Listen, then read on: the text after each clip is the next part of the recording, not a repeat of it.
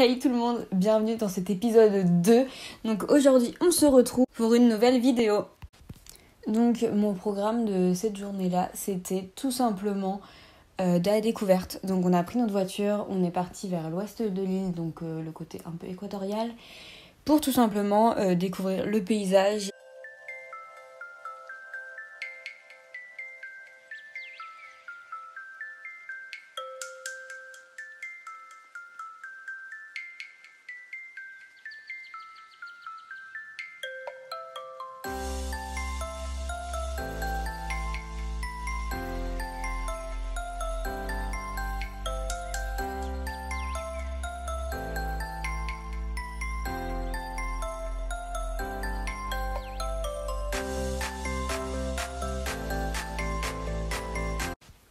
Faut savoir que du coup la saison où je suis allée, donc il était fin septembre, début octobre, et du coup c'était la saison de ramasser les cultures de canne à sucre.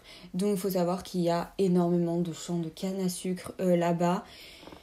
C'est vraiment, je pense que ça fait partie des principaux secteurs d'activité agricole là-bas. Et ici du coup vous pouvez voir que les personnes qui y travaillent, donc ceux qui ramènent la canne à sucre, la déposent du coup par terre. Et avant ça, ils la pèsent, ils vont la faire analyser du coup pour savoir si elle est de bonne qualité, le poids qu'ils ramènent, parce que je pense qu'ils sont payés au poids de la cargaison qu'ils amènent. Du coup, ils la déposent. Ensuite, c'est pris par une pince et ça sera dans un énorme camion. Et cet énorme camion ira du coup ailleurs, justement pour faire du sirop de canne à sucre, je suppose, donc dans des usines. Et voilà, là vous pouvez voir tout le processus de comment ça se passe. Il faut savoir que ce lieu-là, c'était vraiment à côté d'une route. Donc c'est visible par tout le monde. Je pense qu'on ne trouverait pas ça en France. Nous, en France, ça serait interdit au public. Et du coup, j'ai trouvé ça très important, surtout que ça fait partie de quelque chose qu'on ne retrouve pas forcément en France. Donc voilà, je voulais vous partager ça.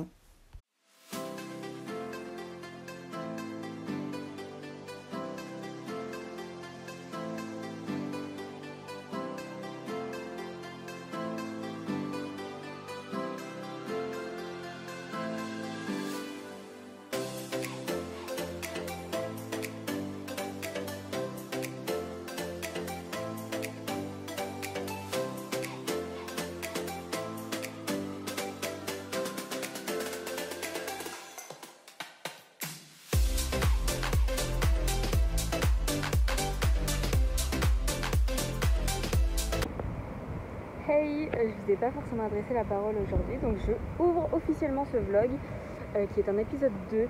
Ne faites pas attention, c'est vraiment une catastrophe. Mais pourtant c'est pas vraiment un gros bouton, juste c'est pas la même couleur que ma peau, c'est hyper bizarre.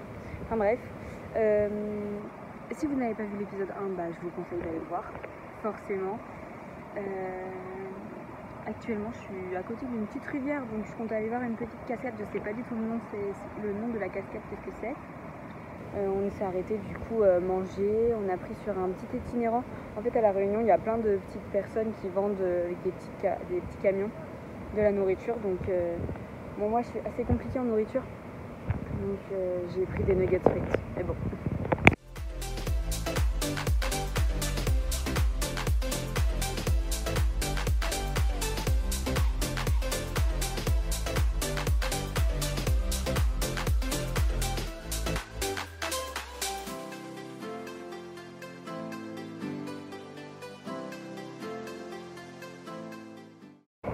Cet après-midi, je pense qu'on va aller sur Sainte-Rose.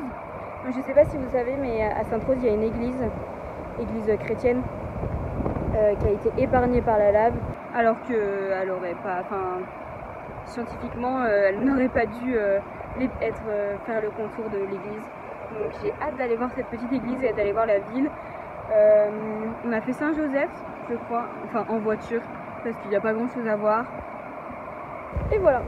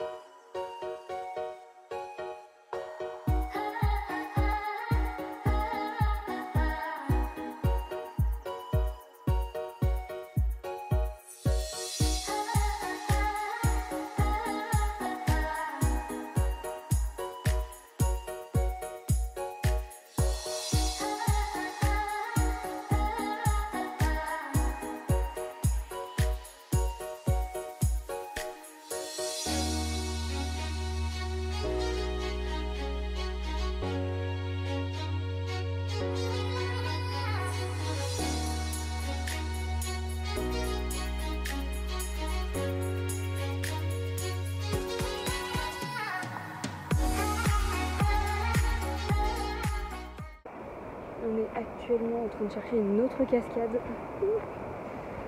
C'est pas évident.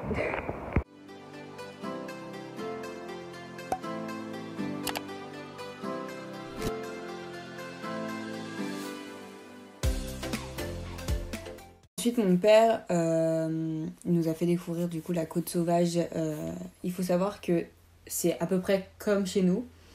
La différence, c'est vraiment la roche, parce que du coup, la roche, elle est noire, et du coup, ça rend vraiment... Je trouve que ça met quelque chose au paysage qui est magnifique. Vraiment, c'était magnifique à voir. On est resté une bonne trentaine de minutes juste à voir du coup des images que qui vont suivre ou que vous voyez actuellement. Donc, vraiment, c'était magnifique.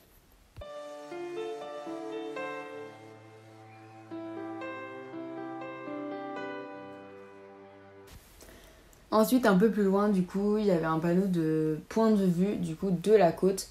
Donc on a décidé de s'arrêter et il faut savoir que du coup j'étais habillée en robe et en tongs comme vous avez pu le voir au début de la vidéo. Donc pour faire tout ce qui est randonnée, marcher dans les chemins, les petits cailloux, les gros cailloux, c'était vraiment pas évident mais vraiment ça en valait le coup. Donc il faut savoir que c'était, je le répète, mais magnifique. Donc il y avait la roche qui était noire, on voyait vraiment les vagues éclater contre les rochers, c'était pépite. Et en plus de ça, du coup, très rassurant, mais il y avait même ici des panneaux qui disaient « Faites attention, requin !»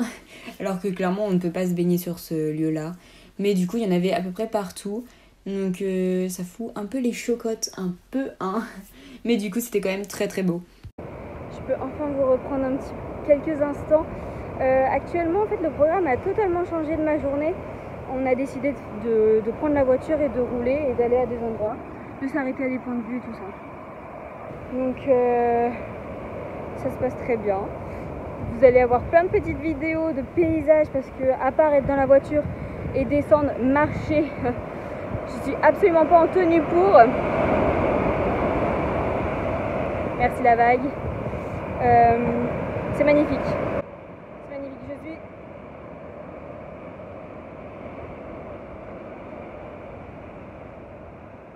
Je suis sur la côte sauvage et c'est incroyable. C'est vraiment incroyablement beau. Les roches sont noires, elles sont volcaniques. En même temps, on est du côté du volcan. On est côté est de l'île. C'est le côté un peu équatorial, donc il y a plein de feuilles, il y a plein de fleurs, de couleurs et tout. Il y a ma mère qui me parle, je comprends pas. Alors sur le chemin du retour, du coup on est passé par la route des laves. Donc il faut savoir que du coup à La Réunion, pour ceux qui ne le savent pas, il y a un volcan qui est actif.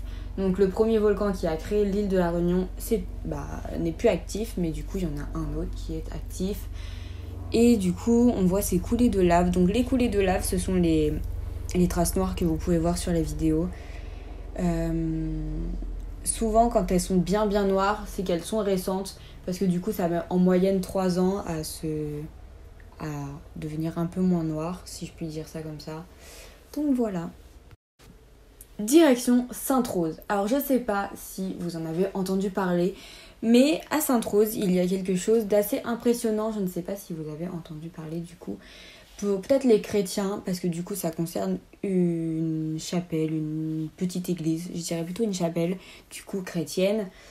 Alors, en fait, ce qui s'est passé, c'était la coulée de lave de 1977. Alors, ce qui est vraiment incroyable et inexplicable, parce que même les scientifiques n'ont pas su l'expliquer, c'est qu'en fait la coulée de lave allait clairement droit devant l'église. Et en fait, vraiment, mais à 10 cm de l'église, elle s'est séparée en deux et elle a contourné l'église. Donc j'ai pu filmer le chemin, la lave et tout. Faut savoir que du coup, la coulée de lave, bon, maintenant il y a la route qui traverse dessus, mais toutes ces roches que vous voyez sur la vidéo, c'est du coup la roche volcanique, donc des coulées de lave. Donc c'est impressionnant à voir que le fait que vraiment ça s'est arrêté, mais elle est à 10-20 cm de l'église et ça s'est séparé en deux. On voit encore du coup de la coulée de lave à droite et à gauche de l'église et c'est impressionnant. Et surtout que on sait toujours pas comment c'est possible en fait. Donc tous les personnes qui croient du coup en Dieu, donc la religion chrétienne, Ils sont là, c'est normal, c'est l'église et tout. Il y a beaucoup de témoignages qui disent que c'est normal, c'est Dieu et que... Enfin voilà, donc c'est assez impressionnant.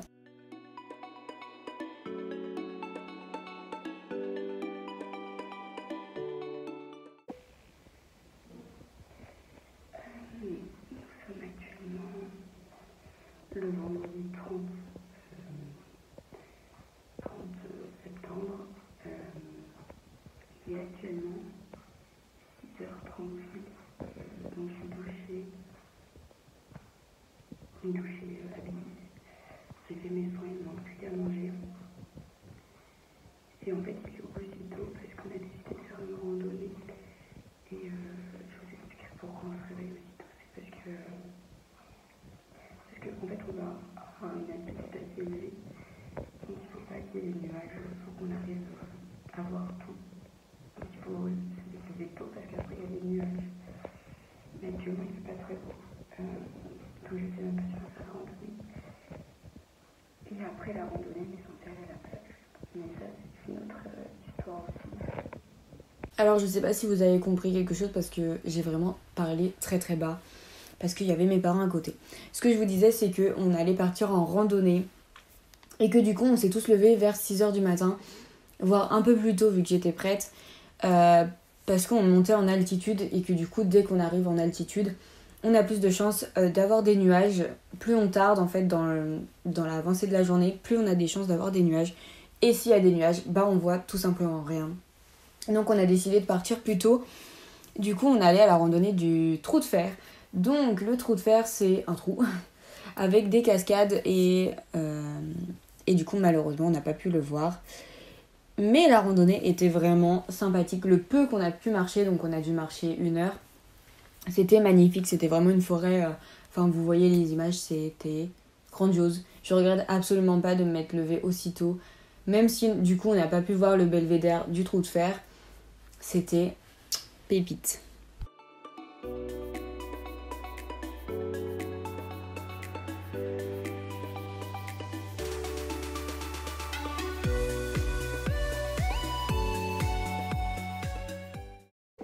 Bon, au final, la randonnée a été annulée parce que les 2 sentiers pour nous emmener au trou de fer, désolée, je suis en pleine montée, les 2 sentiers pour nous emmener au trou de fer étaient fermés, donc on ne pouvait pas y aller. La falaise s'est effondrée il y a 1 mois, donc inaccessible. Donc on a fait un aller-retour, mais autrement la forêt est magnifique. Du coup, je pense qu'on va aller visiter un autre petit village. On va aller voir, je pense, l'horloge à eau. Je sais pas trop comment ça s'appelle. Donc, bien évidemment, je vous emmène avec moi. Je vous filmerai tout ça. Je regarde si mes parents ils arrivent. Parce qu'ils sont derrière moi du coup. Enfin voilà, on a fait 2 heures de trajet pour rien au final. C'est un peu chiant parce que 2 heures de trajet dans la montagne, c'est horrible. Du coup, on n'a pas du tout visité un village. On a repris la voiture, on est reparti direction le Airbnb. Et on est allé du coup au Grand Étang. Donc le Grand Étang, c'est le petite image que vous voyez ici.